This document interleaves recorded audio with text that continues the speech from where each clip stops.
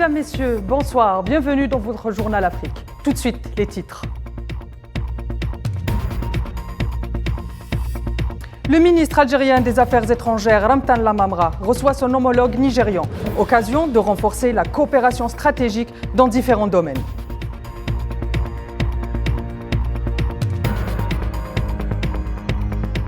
Conflit au Nord Kivu, la médiation africaine s'intensifie entre Félix Tshisekedi et Paul Kagame.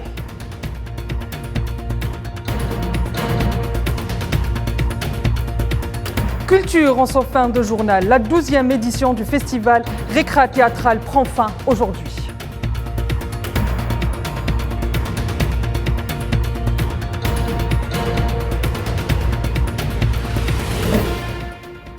Le ministre algérien des Affaires étrangères et de la communauté nationale à l'étranger, Ramtan Lamamra, a reçu aujourd'hui, ce samedi, son homologue nigérian Geoffrey Oneyama. Une visite qui s'inscrit dans le cadre des consultations politiques régulières entre les deux pays. Au menu de cette visite, une rencontre tête-à-tête entre les deux ministres. Une séance de travail élargie. L'objectif de la visite est le renforcement des relations stratégiques entre l'Algérie et le Nigeria dans différents domaines de coopération. On écoute à ce propos le ministre algérien des Affaires étrangères et de la communauté nationale à l'étranger, Ramtan Lamamra.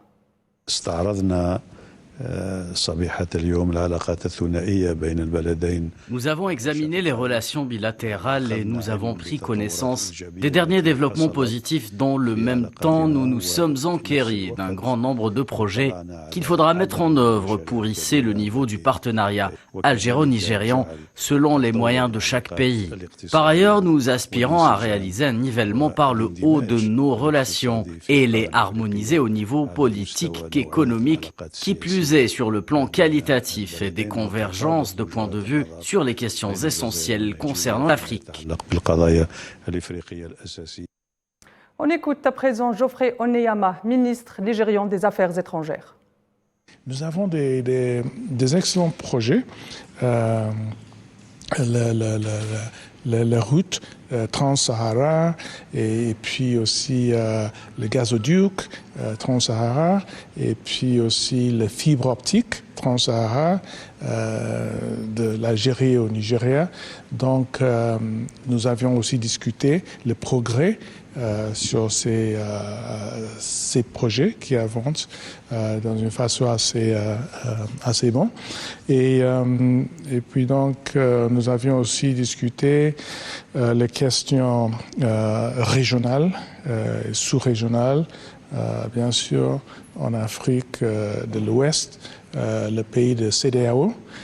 Nous avons des défis avec le terrorisme et l'Algérie a joué un rôle très important au Mali, par exemple, pour trouver des solutions à tout cela. Donc nous avions discuté quelques actions que nous pourrions ensemble prendre pour avoir la paix et la bonne gouvernance dans notre sous-région.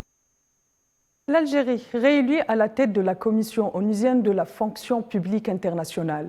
Son ambassadeur, Labri Djakta, a été reconduit pour un deuxième mandat consécutif. Il a récolté 121 voix contre 64 pour son rival marocain. L'élection s'est déroulée ce 4 novembre au siège des Nations Unies à New York. Et au Maroc, une importante quantité de psychotropes en provenance du Liban vers l'Afrique de l'Ouest a été saisie. Il s'agit de 2 millions de pilules de Captan, une drogue de synthèse de la famille des amphétamines. La cargaison de drogue était dissimulée dans l'intérieur d'un conteneur de marchandises à bord d'un navire de transport hissant les couleurs d'un pays européen. La conférence des parties, la COP27, s'ouvre demain jusqu'au 18 novembre prochain à Sharm el-Sheikh en Égypte. La question africaine au cœur des discussions, l'Afrique étant le pays polluant, le polluant le moins, mais subissant le plus les conséquences de la pollution. Safwan Ben Sabri. La COP27 sera africaine de par le lieu où elle se tient et les enjeux et les menaces que représente le changement climatique pour le continent africain. La 27e conférence du genre se tiendra à Sharm el-Sheikh en Égypte, en terre africaine et arabe.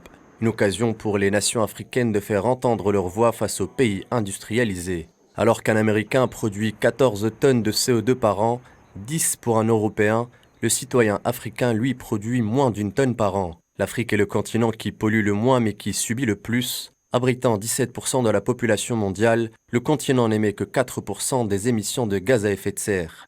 19 pays d'Afrique de l'Ouest sont directement touchés par les aléas climatiques. Les inondations au Nigeria ont fait 1,3 million de déplacés, alors que le président tchadien a annoncé un état de catastrophe naturelle. La Banque africaine pour le développement indique dans son rapport que le poids du changement climatique sur les économies du continent et les moyens de subsistance des Africains est disproportionnellement élevé par rapport à leur faible participation dans les émissions mondiales de carbone. Plus que jamais auparavant, la question climatique est devenue un enjeu géopolitique. Il en va notamment de la croissance et du développement du continent. Au Tchad, le Premier ministre Saleh Kebzabo présente le programme de son gouvernement, un programme axé sur le retour à l'ordre constitutionnel. La rédaction d'un projet d'une nouvelle constitution suivie par la mise en place d'un cadre de concertation des partis politiques, aux côtés de la mise en place de la nouvelle structure chargée de l'organisation des élections et la révision du fichier électoral, la mise à jour du découpage électoral et l'organisation du référendum constitutionnel, ainsi que la mise à jour des textes juridiques relatifs aux élections, en vue de l'organisation des élections générales au plus tard la fin de l'année 2024. La médiation s'intensifie entre la République démocratique du Congo et le Rwanda. Un balai diplomatique s'est engagé en coulisses de Luanda à Nairobi pour tenter de dissiper les tensions entre les deux pays, alors que les combats ont repris depuis le 20 octobre dernier au Nord Kivu entre l'armée congolaise et le mouvement du M23, créant un regain de tensions entre Félix Tshisekedi et Paul Kagame, qui sont déjà à couteau tiré depuis des mois. Au Cameroun, Paul Biya s'apprête à fêter 40 ans à la tête du pays.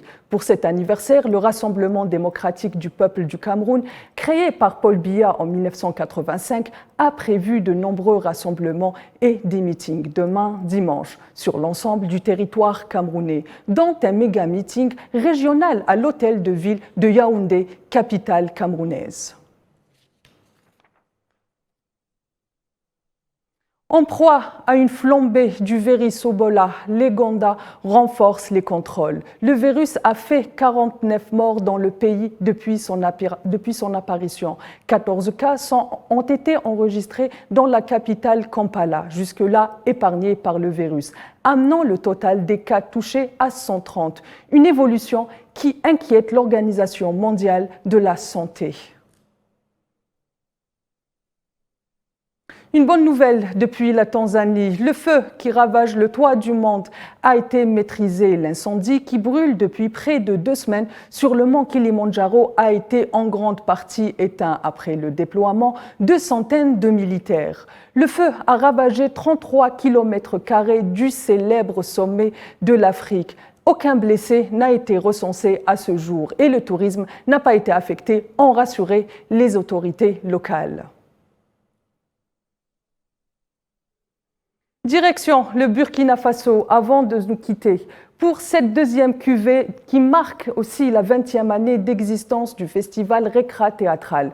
Le 4e art est évidemment à l'honneur pour tenter de panser les blessures des Burkinabés.